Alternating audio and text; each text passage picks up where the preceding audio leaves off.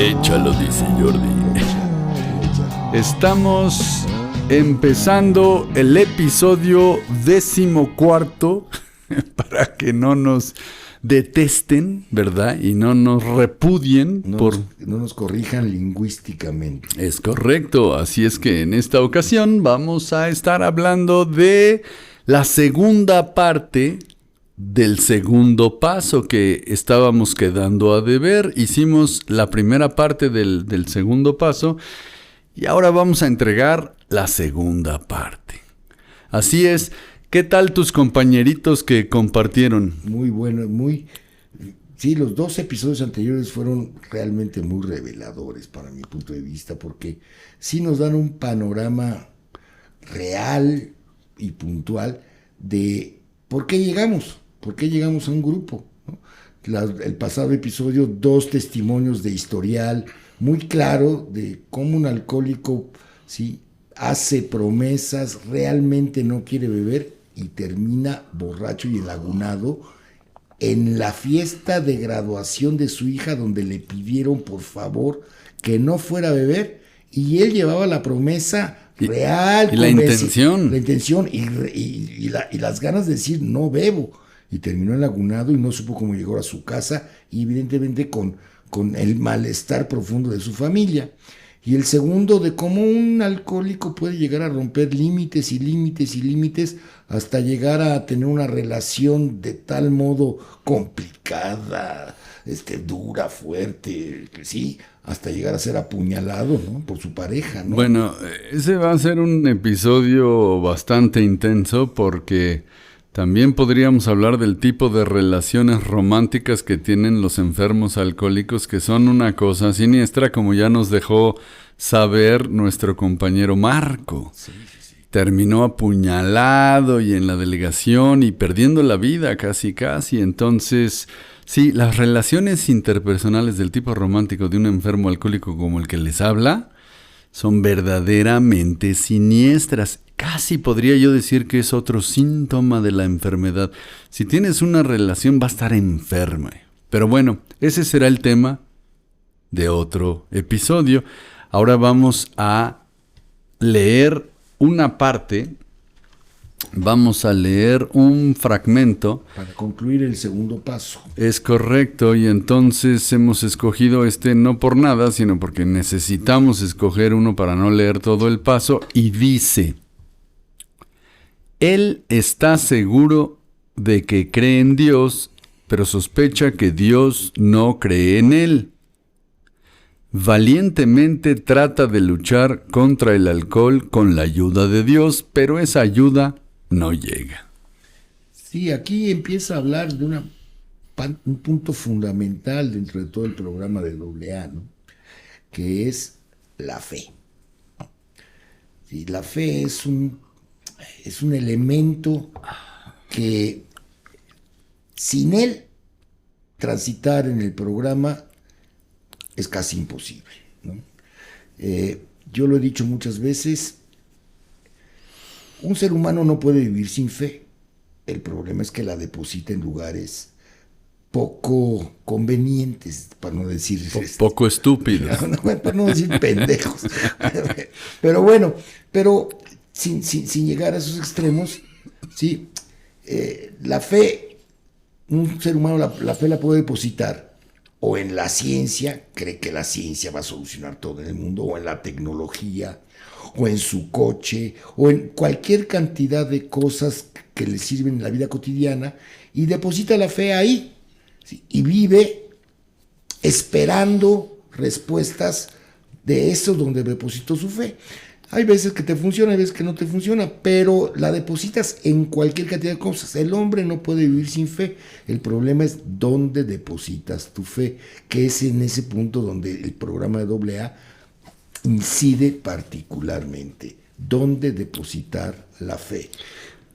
Bueno, hay un tipo de compañero, yo lo he visto desde que estoy en Alcohólicos Anónimos, hay un tipo de compañero, compañera que llega al grupo y dice que tiene mucha fe y que cree en Dios. Y entonces incluso reparte estampitas de santos y dice Dios te acompañe y Dios te bendiga, y son dioseros, ¿no? vienen del pedo directamente, vienen de hacer un desbarajuste grande con sus existencias, vienen de fracasar ampliamente, pues como llegamos los que llegamos a Alcohólicos Anónimos, no llegamos de triunfar y de hacerla en la vida, y sin embargo aseguran que creen en Dios y que su fe es grande, y entonces no se dan cuenta en ese momento de la contradicción en la que están entrando, porque evidentemente la fe, como vamos a leer un poco más adelante, la que estamos buscando es la fe operante, y la fe operante es precisamente eso, produce resultados en estas 3 dimensiones. Y entonces, si has probado que no puedes vivir y que no sabes vivir, pero llegas diciendo que crees en Dios, evidentemente esto lo único que es un temor espantoso a traicionar la figura que te enseñaron o en la que compraste, ¿no? Aquí hay 2 cosas, ¿no? Por un lado, esa cultura existente alrededor de nosotros, en las cuales es un Dios castigador de entrada, ¿no? Sí. Es decir, si yo me porto mal, me va a cargar patotas, o sea, me voy a ir al infierno, tengo que portarme bien, porque si no me porto bien, me voy al infierno, o sea, premio y castigo. Venimos de una cultura del premio y el castigo y de la meritocracia. Vamos a hacer méritos para irnos al cielo, porque si no, nos vamos al infierno. Perdón. Y entonces está el castigo. Y a partir de esta creencia muy cultural, muy nuestra, muy judeocristiana, muy de nuestra educación occidental, entramos en una mercadería con Dios, ¿sí? Mercamos con Dios, transamos con Dios, es decir, Diosito, si yo no bebo, me voy a portar bien y me va a ir bien. Diosito, si yo hago esto bien, tú me vas a premiar y me va a ir bien en esto otro. Entonces empiezo a tener una relación con Dios. Comercial. Comercial, es una relación de toma y daca. Es correcto, es correcto. Y precisamente lo que apuntas es el miedo al castigo hace que yo me aferre a aseverar que tengo fe en Dios, como si se tratara de decir, yo creo en Dios y ya crees en Dios, y ya tienes fe en Dios. Entonces, digo, por ejemplo, mi caso fue totalmente contrario. Yo llegué diciendo, ¿cuál Dios? A mí no me eché en inglés. Dios es para los tontos, para los que no para los que no son poderosos intelectualmente como yo, ¿no? Entonces, pero aquí está hablando justamente de los que incluso le piden y le ruegan a Dios dejar de beber y Dios simplemente no les hace caso. Y así llegan repartiendo estampitas de santos a los grupos y hay que decirles, ¿qué crees? Tu fe no es tal. Es duro, es más difícil de hecho, ¿eh? Sí, porque aquí no se dan cuenta que lo que está operando es un ego gigantesco. Es el yo otra vez, yo, mí, me, conmigo. Es decir, es pensar que en el plan divino, en esta inmensidad, Dios está perfectamente al pendiente de mis necesidades diarias y puntuales. Y está pendientísimo de que si yo lo complazco, Él me va a complacer. Entonces, hago una transacción comercial. Señor, yo le vengo aquí a dar 40 pesos de buenas acciones para que usted me dé 40 pesos de beneficios. De bendiciones. De bendiciones. Pero es lo que yo quiero, en vez de ajustarme a un plan que no es lo que yo quiero.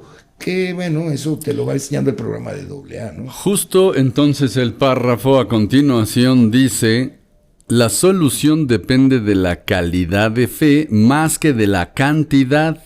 Y pasando al otro extremo, nos estábamos revolcando en un sentimentalismo al que confundíamos con el verdadero sentimiento religioso. Ahorita Jordi nos va a hablar de la beata. Perdón. Es que yo incluso en la actividad, quizá muy intuyendo esto, yo incluso en la actividad decía, es muy común escuchar que denostamos a las beatas, ¿no? Hacia esa persona, y lo decimos en femenino, y es Hay mucha gente que ya ni entiende que es una Sí, beata. sí. Fíjate lo que te digo, mucho público joven no tiene ni idea de lo que una beata es. Bueno, una beata era una mujer generalmente chaparrita, vestida de negro, que llegaba a las iglesias diario, se hincaba frente al Santísimo, rezaba, salía, y entonces uno decía, ay, pues, qué manera de desperdiciar la vida. Mochila. Qué mochila, que es Mocha. es mocha, ta, ta, ta. Sin embargo, en ellas, en esas personas, que puede ser hombre, mujer, lo que sea, había una creencia tan profunda, no en todos, pero bueno, había muchos. Sí, hay gente. Hay gente que traen una creencia tan profunda que se les nota en la tranquilidad con la cual pueden ir viviendo, cosa que yo como alcohólico en la vida conocí, ¿no? Ni de cerca. Ni de cerca. Hay una serenidad, una manera de tomar el mundo que yo envidiaba profundamente. Alegre inclusive. Y eso proviene, y me daba cuenta, de una fe profundísima en un poder superior. De ahí derivaba y yo me daba cuenta.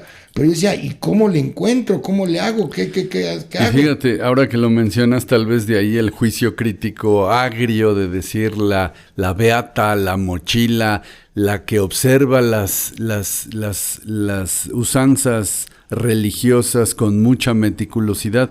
Y entonces es un ataque muy agrio a la gente que incluso asiste a la iglesia, ¿no?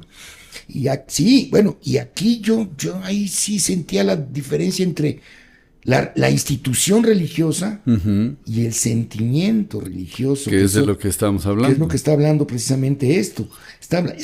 Este paso va a pegar a hablar sobre el sentimiento religioso. O sea, el hombre nunca ha olvidado, desde que es hombre, tiene un profundo sentimiento religioso, un profundo sentimiento de que hay un poder superior, de que no está solo, de que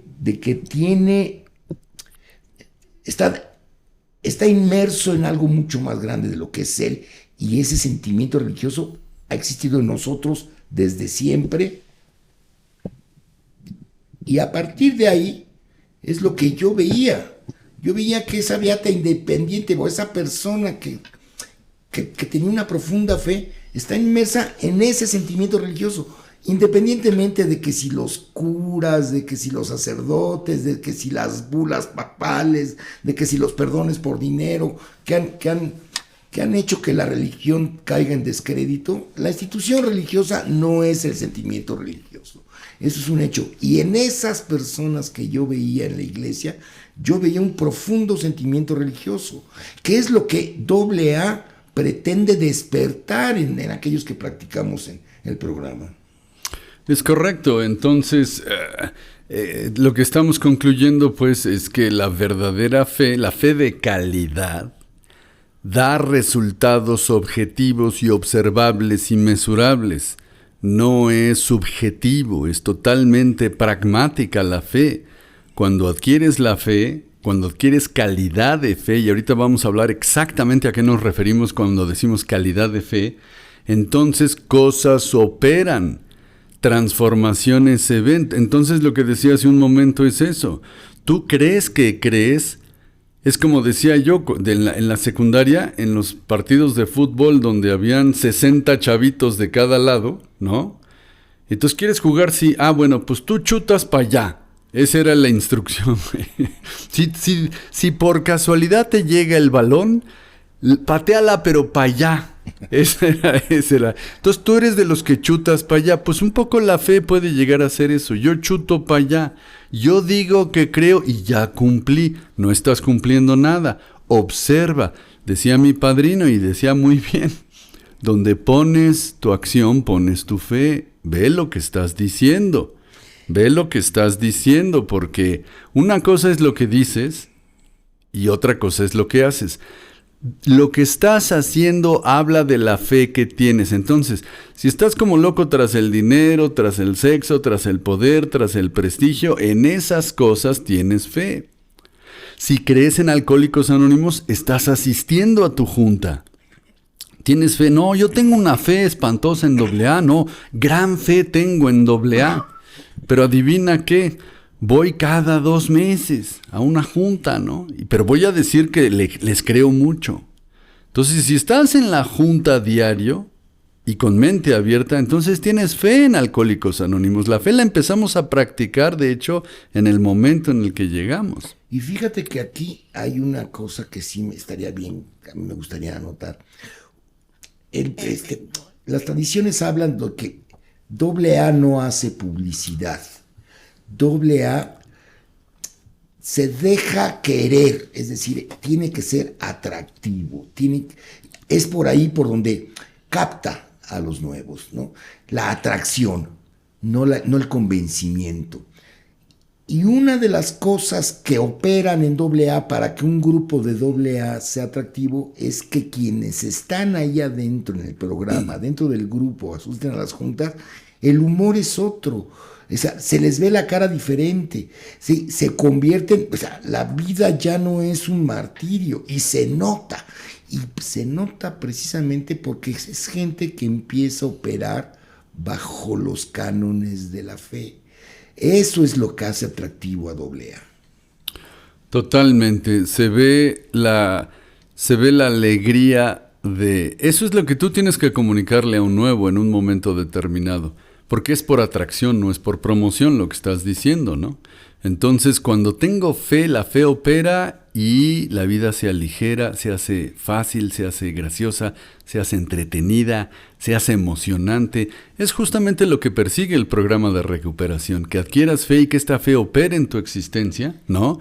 La calidad de la fe. El enunciado del paso dice, llegamos al convencimiento de que un poder superior, como cada quien lo conciba, ¿no?, nos devolverá el sano juicio. Y decimos que es el sano juicio. Pues el sano juicio es actuar de tal forma que te conviene a ti y le conviene a las personas que te rodean, pero para eso necesitas una claridad que no tenías cuando llegaste. Esta misma falta de claridad es la que te hace tener fe en un montón de cosas equivocadas. Bueno, sano juicio también podría definirse como pensar, decir y actuar lo mismo. Yo como alcohólico... Integralmente, sí. Eso es sano juicio. Yo como alcohólico pensaba una cosa, decía otra y hacía otra, diferente. Y entonces la gente no sabía qué esperar de mí, yo no sabía qué esperar de mí. Y entonces yo era un desmadre, en realidad, auténtico desmadre. En ese sentido, el sano juicio, recuperar el sano juicio es pensar, decir y actuar integralmente. Y eso persigue la fe. Es lo que hablamos, reunificar la persona. Exacto. Desintegrada, que es un rasgo de la enfermedad, es un signo de la enfermedad, la desintegración de la personalidad. Entonces, dice a continuación, y para terminar con el párrafo, dice, la verdadera humildad y la mente libre de prejuicios pueden conducirnos a la fe. Y cada reunión de Alcohólicos Anónimos es una seguridad de que Dios nos devolverá el sano juicio si confiamos en Él. Fíjate nada más qué parrafito, ¿eh? Y aquí sí también habría que tener la mente abierta, realmente mente abierta, me tiene que llevar o tiene que incluir el hecho de no tenerle miedo o no ponerle prejuicios a las palabras. La palabra fe está tan desacreditada en nuestra sociedad que la mencionas en una reunión social y todo el mundo se te queda viendo como decir, ¿y a qué hora te saliste del seminario? ¿No? Sí. Entonces, no hay que tener mente abierta, que es lo que pide el programa, humildad y mente abierta, que es lo que pide el programa para transitar por él, ¿sí? Es lo que tienes que tener. Entonces tienes que tener mente abierta desde el momento en que mencionas fe, poder superior, humildad, todas esas palabras tienes que tener realmente abierta, mente abierta. No tienes que tenerles miedo, no tienes que decir, sí, no, a ver, ¿Qué se entiende por fe? ¿Qué se entiende por humildad? ¿Qué estamos entendiendo cada uno por poder superior? Entonces, no hay que tener ese rechazo y ese prejuicio a la fe. Bueno, es justamente lo que se sugiere y es justamente lo que convendría. Fíjate, alguien llega muerto de miedo. Este es un ejemplo, yo creo que muy bueno y cae como anillo al dedo. Alguien llega habiendo hecho un desastre de su vida, pero diciendo que cree en Dios. Si tú le insinúas a la persona que a lo mejor no tiene fe, que no cree realmente, el rechazo va a ser automático porque hay un temor muy grande, es lo que estábamos explicando. Lo que pide el programa entonces es, abre la mente. ¿Por qué te estamos diciendo que tal vez tu fe sea de hule, que no sea real? Pues por las evidencias, y las evidencias parecen ser que tu fe no operó, que si creyeras en Dios, que si tuvieras tantitita fe no habrías bebido y habrías destruido todo lo que te interesa. Pero el rechazo es un rasgo preponderantemente alcohólico. Decir, ¿te acuerdas? Yo decía, ¿te llamas Carlos? No. Porque esa era mi reacción instantánea, siempre ya lo decía, no, sí, pues sí me llamo Carlos, no, sí me llamo Carlos. Pero la primera cosa es decir no. Oye, ¿te parece que crees en Dios? No. ¿Y tú crees? No. Ese es un alcohólico que se respete, me cae. El que primero dice que no, el que cree y siente que sus ideas son las buenas, que lo que proviene de su mente es lo importante y lo interesante. Todos los demás, fíjate, déjame te platico brevemente. Yo tenía este pequeño problema, este minúsculo rasgo de mi personalidad tan sana, ¿no? Entonces, yo nunca dialogué, yo hacía monólogos. Sí. Entonces, hablaba con las personas, pero realmente lo que emanaba de sus bocas no tenía ningún interés desde mi egótica posición. Yo lo que quería tener era la razón. Y quedar como superior, como el que sabía más, como el que dominaba, ¿no?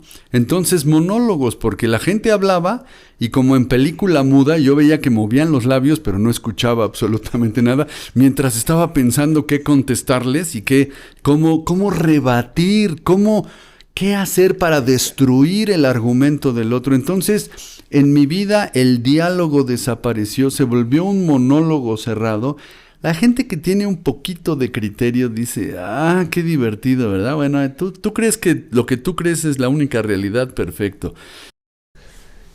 Y curiosamente, no solo discutes con el que está enfrente de ti, sino se convierte en una especie de deporte, de ejercicio, de tu jogging, tu yoga, tu physical fitness, ¿sí?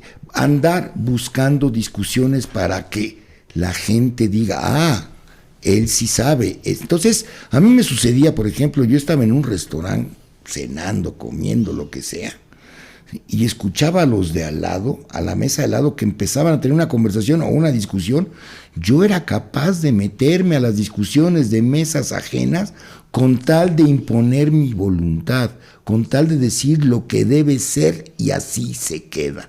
Entonces, ese rasgo de eso es exactamente lo contrario a tener una mente abierta y tener una posición de humildad. Entonces, ¿cómo voy a tener fe con esa?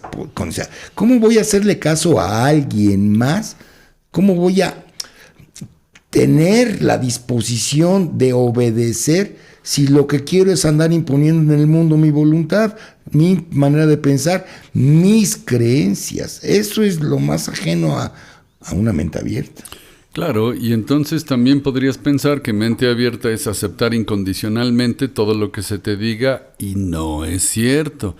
Es dejar entrar la idea para digerirla. El problema con un tipo como yo es que de repente hay ciertas realidades que son muy difíciles de ingestar. Se me atoran y las vomito instantáneamente. Cuando me dicen ciertas cosas de mi personalidad que son reales, vomito. Cuando me decían, oye, ¿no se te hace que estás como muy huevón? Como que no produces más que nada y que nomás te estás embriagando y no, es que así somos los genios. Y cualquier estupidez es buena para disculpar, pero la cosa es, a ver, deja entrar la idea, aunque le sepa a caldo de verdura, déjela entrar, analícela y después decide si es válida o no es válida. Pero si la rechaza de entrada, evidentemente se va a cristalizar en su posición y eso no le ayuda. Y curiosamente, una de las cosas que más te sabe a caldo de verdura, como decía nuestro finado Paquito, es lo que te dice el segundo paso, que es la esencia del segundo paso, y te lo dicen rápidamente en un grupo de AA, que es, ¿sabe qué? Usted está enfermito, usted tiene la mente chueca, usted no ha sabido vivir, su enfermedad sí, lo ha conducido a tener la cara contra el piso, ha hecho puras desgracias. Eso a un alcohólico que siente que tiene la razón y controla el mundo, eso es un golpe terrible. Y lo da el segundo paso, pero te da el trapito y te da la solución, que es mantenga la mente abierta. Sí, ¿por qué no? Se queda calladito un ratito y dice, a ver, ¿realmente estaré tan enfermito? ¿Realmente tendré la mente tan chueca? Entonces eso ya es empezar a tener disposición, ya es empezar a tener un poquito de humildad, que es lo que exactamente acabamos de hablar. Eso es correcto, y yo creo que un apunte interesante también sería que a mí me decía mi padrino, vete a un manicero. Vete al manicomio, ¿no? Y por cierto, el documento videográfico que hice para Alcohólicos Anónimos hace algunos años, porque ahorita ya no sé, decía que 60% de la población de los enfermitos incrustados en el manicero está compuesta por alcohólicos drogadictos. Ese es uno de las últimas destinos de un alcohólico. La cárcel, el manicomio y el cementerio, ¿no? Pero entonces vete con ellos, y entonces al que te agarres hay 3 rasgos fundamentales, y uno es, no sabes que estás loco, y lo menciono porque justo el párrafo es lo que está diciendo. No sabes que estás loco. Si supieras que te falla la cabeza, ya no te fallaría la cabeza. Esa es la contradicción directa. El otro es que el tema favorito de conversación, nadie se vaya a identificar, por favor, pero el tema favorito de conversación es la propia persona. ¿De qué habla un loquito? Mi, yo, mi, me, conmigo, mi. Pero el tercer rasgo es que además no habla objetivamente, sino exaltadamente, de las grandezas y las virtudes, porque tú hoy a cualquier borracho, intoxicado, que además sea alcohólico, porque los no alcohólicos no lo hacen, pero borracho, intoxicado, un alcohólico dice, no, es que yo soy el campeón del mundo, porque he logrado, porque mis talentos, mi inteligencia, mis habilidades, ese es el pinche tema de conversación perpetua. Imagínate que estás loco y la gracia de Dios permite que salgas de esa locura y empieces a visualizar la realidad de tu vida.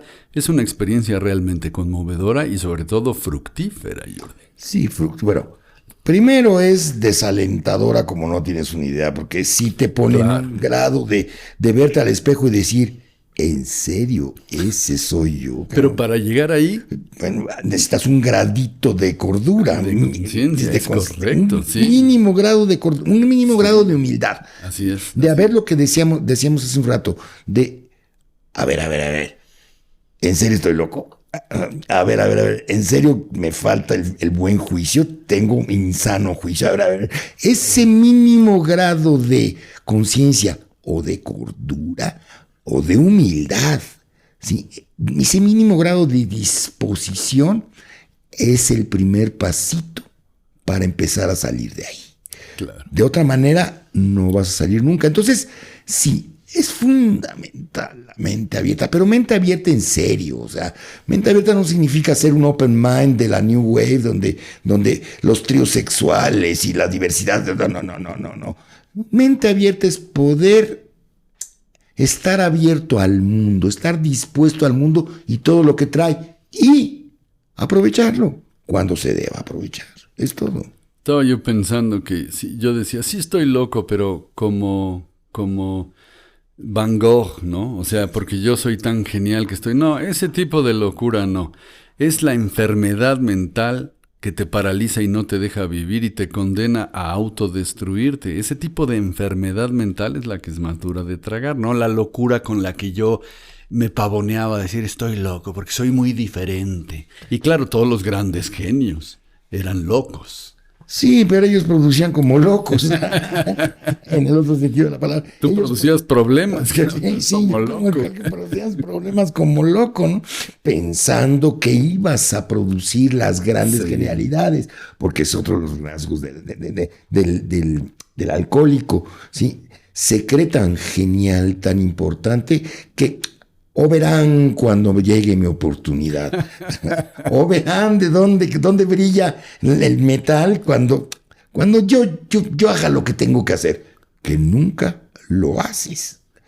Sí, siempre lo relegas para el día de mañana, para cuando esté de mejor humor, para cuando regrese mi mujer, para cuando tenga una vez más chamba. Siempre relegas la genialidad que nunca va a llegar. La genialidad de los locos, ¿no?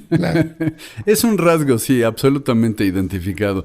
Tú eres el genio del siglo, eres la prominencia, eres la cosa espectacular que va a brillar, excepto que no le han dado la oportunidad. Yo ahorita me estaba acordando de una anécdota buenísima para mi historial, porque llegué hasta la madre, con todo respeto se ha dicho, llegué totalmente intoxicado y de repente la musa, cabrón. Claro. Se abrió el cielo y cayó el haz de inspiración sobre mí. Dije, en la torre, esta es la realidad de la verdad.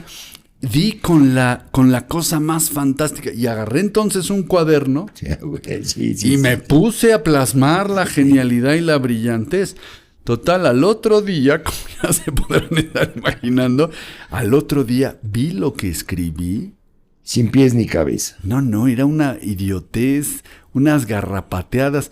Pero como decía John Lennon, porque eso sí se lo oía a él, cuando estás intoxicado todo tiene sentido, güey. Todo es brillante, todo es perfección, todo tiene un gran sentido.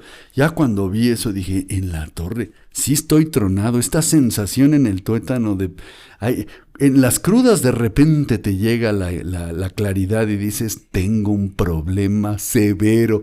Y cuando lo escribes y lo dejas plasmado, mucho más claro, ¿no? Sí, eso es, sí. La iluminación mientras estás bajo los efectos de la sustancia es muy común en un alcohólico, en mí por lo menos. Sí, yo también llegué a decir, wow. Y yo los llegué a escribir en servilletas de la cantina, ¿no? O sea, sí, bueno, que ahí dije, no, se me va a ir, no. Claro. Acabo de descubrir la verdad con mayúscula. Lo escribí en las así. Evidentemente, al día siguiente sacabas de la camisa, ya sabes, toda apestosa, espantosa, sacabas la servilleta y decías, ¿qué chingados quise decir aquí? ¿Qué es esto? ¿Qué es esto, por favor? Qué estupidez. Sí, esa es la triste realidad de un alcohólico, justamente, ¿no? Eso es justo lo que está sucediendo. Finalmente, yo le decía, fíjate que me tocó ir a Los Ángeles a compartir, estuvo padrísimo, porque hablé además delante de un grupo de adictos a la cocaína, eran cocainómanos los compadres, ¿no? Fuerte, esos son fuertes. Y yo les decía a los compadres, que por cierto se reían mucho, les decía, ¿quieren saber cómo los ve la gente? Es bien fácil. Imagínate a un tipo que estuviera lamiendo la pared. Pero ya se ve raro, ya de entrada no es muy lógico que estés ahí lame y lame la pared. Pero espérate, no solo lame la pared, no se puede separar el cabrón. Al rato, a las horas, empieza a correr el hilo de sangre porque ya la lengua está dando de sí y no puede. Con el tirol. Sí. Raspada por el tirol. Y entonces va alguien y le dice, oye, no manches, si tienes que lamer la pared, pues nada más lámela 4 veces. ¿No? O sea, ¿por qué tienes que hacerle un agujero a la pared con la? Así te ves. A la gente que no tiene tu problema mental, así te ve. Y el segundo paso lo que está diciendo es, ten humildad, ten mente abierta. Y un día vas a ver lo que ve la gente cuando habla de tu vida. Yo lamía la pared y pensé que era muy normal. Y de repente me vi lamiendo la pared y dije, la madre, estoy enfermo, estoy loco. Esa es la gracia que concede el paso para despertar a la realidad triste, pero después esa, pues obviamente puedes salir de ahí. Hay una cosa Es que a nosotros los alcohólicos las cosas también nos gusta que, o sea, cuando nos las dicen muy de fuerte, el programa lo sabe, y el W evidentemente, y el doctor Bob lo sabían, no se le puede decir todo de todo a un alcohólico porque va a entrar de rechazo. Sí, ¿no? claro. Pero cuando de alguna manera te están diciendo, tenga usted humildad, no descarte de principio, tenga usted disposición, mantenga una mente abierta. Y el alcohólico dice, sí, vamos a ver, anda con la cola entre las llamas, ¿no? Y entonces, sí, voy. En ese momento no te lo dicen, pero ya estás teniendo fe. Un principio de fe operante, un principio de fe de calidad, que es lo que te piden a la disposición. Tenga usted fe de calidad, ya vendrá. Pero en realidad, lo que te están diciendo es, así empieza la fe de calidad. Obedezca. Sí, bueno, y ya nada más para remachar el parche, decíamos cuando empecé yo en AA, imagínate que un bebé, tú llegas a AA y eres un bebé, estás recién nacido. Realmente renaciste, que es una expresión que empleamos mucho en Alcohólicos Anónimos, ¿no? Renacemos, pero cuando renacemos, pues renacemos un bebé. Y entonces, si tú llegas con el chuletón de buey al ajillo y le cortas una rebanada y se la quieres zampar al bebé, pues el bebé la va a vomitar. No tiene aparato digestivo. Entonces, ¿qué haces? Agarras un Gerber, lo rebajas con agua muy fuerte, pues le echas mucha agua al Gerber y así con cucharas muy chiquititas como de juguete. Exacto. Le vas dejando caer pequeñas verdades y entonces, aunque no le gusta el sabor, la retiene. El chiste es que retenga. Esa se me hace una muy buena analogía de mente abierta. Dale lo que pueda retener y mientras más tiempo lo retenga, más fuerza va a adquirir el aparato digestivo para cosas más feas que van a venir. Y así hasta que le puedas entrar al chuletón, y una vez que hayas hecho eso, recuperarás la salud mental. Es una promesa brillantísima desde mi punto de vista. Sí, bueno, hay una pregunta muy común. Yo la hice y veo que muchos nuevos la hacen. Si yo voy a recuperar la salud mental, el sano juicio, ¿quiere decir que algún día lo tuve? Es una pregunta que se hace mucho y es una pregunta muy retórica. Sí, es toda la razón. Es una pregunta muy retórica que surge mucho dentro de los que empezamos en AA, ¿no? Uh-huh. Sí, me recuperaré me recuperarán el sano juicio. Y si yo me empiezo a dar cuenta de todas las locuras, digo, me recuperaré. ¿Cuándo tuve sano juicio? Esa es una pregunta que nos hacemos mucho cuando entramos en AA. Yo digo que sí, que tuviste sano juicio, porque si incluso la literatura dice que recuperarás es porque un día lo tuviste, y yo sí lo creo. Ya nada más por no dejar y porque estábamos encarrerados en el asunto, decía yo, un día mi padre, que también tenía problemas con su forma de beber, y nunca agarró la onda, pero bueno, eso es lo que le tocaba a él. Estaba yo muy pequeñito, estaba en edad preescolar. Creo que no sabía ni leer ni escribir, entonces me llevaba de la mano totalmente intoxicado. Yo ni siquiera podía como comprender qué le pasaba, y entonces me llevaba arrastrando. A esa edad te endilgan el asunto de ver a la izquierda y a la derecha antes de cruzar una calle, todos los días, porque pues el temor es ese, ¿no? Y yo me fijé que no, que este señor nada más se cruzaba y no estaba fijándose a la derecha y a la izquierda, Jordi. Eso es lo que me llamaba la atención. Así es que le dije, oye, ¿no estás viendo a la derecha y a la izquierda? ¿Qué onda? Pues no quedamos en que ese era el plan. Y me dijo, así, con la sabiduría que te da la borrachera, me dijo, si nos morimos juntos, cabrón. Y a mí me pareció suficientemente bueno. Yo quedé contento. Dije, sí, perfecto. Se me quitó temor y preocupación y me fui confiando. Para mí esa es salud, Jordi. Sí, ese es sano juicio. Yo tengo un caso similar. A ver, cuenta. Tengo un caso similar. Yo también, de muy jovencito, habrá tenido 4 o 5 años, una cosa así. Yo acostumbraba a ir al mercado con mi madre. Uh-huh. El mercado quedaba cruzando la calzada de Tlalpan, a 3 cuadras de casa de mis padres. ¿Sí? Iba con mi madre y mi madre me acostumbraba a dejar, ¿sí? Iba con ella, y a mí me gustaban los cochecitos. Y entonces un día me dijo, mira, yo voy a hacer unas cosas acá, papá, quédate aquí, viendo cochecitos en el puesto de los juguetes del mercado, quédate viendo aquí los juguetes, sí, ahorita vengo por ti, sí. Dije, pues ok, a toda madre, ¿sí? Resulta que mi madre empezó a hacer cosas en el mercado, compró cosas, se le olvidó que tenía hijo, se fue a la casa, llegó a la casa, dijo, mi hijo, wow, y se regresó corriendo al mercado por mí. Yo seguía sin ningún problema viendo cochecitos. ¿Qué tenía yo en la mente? Pues va a regresar por mí sin ningún problema. No tuve miedo, no tuve desconfianza, no tuve... Eso es salud. Es salud mental. Así es, porque después todo es amenaza, todo es temor, todo es desconfianza. La desconfianza y el miedo son la base fundamental de la enfermedad. Así es que, ¿cómo ves, Jordi? Creo que hemos hablado lo suficiente, a menos de que tenga usted algo más. No, nada más que nos esperen. En el pecho. Ahora sí que nos esperen para el siguiente, porque sí vamos a decir, el siguiente episodio de Expeditos será sobre esos grupos de cuarto y quinto paso. Es esas experiencias, entre comillas, en las haciendas que te recolectan, te llevan, te lamientan 10 veces, 100,000 veces y te ponen a escribir quién sabe qué. Pero vamos a tener a un compañero que vivió la experiencia, así es que nos la va a narrar. Eso, y Jordi nos hablará más de la Beata. Es un tema favorito de mí. Es correcto.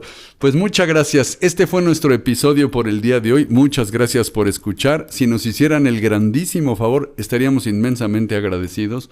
Un comentario, un mensaje de voz, lo que quieran ustedes, estamos muy pendientes. Hasta luego. Que les vaya bien. Adiós. Chao, chao.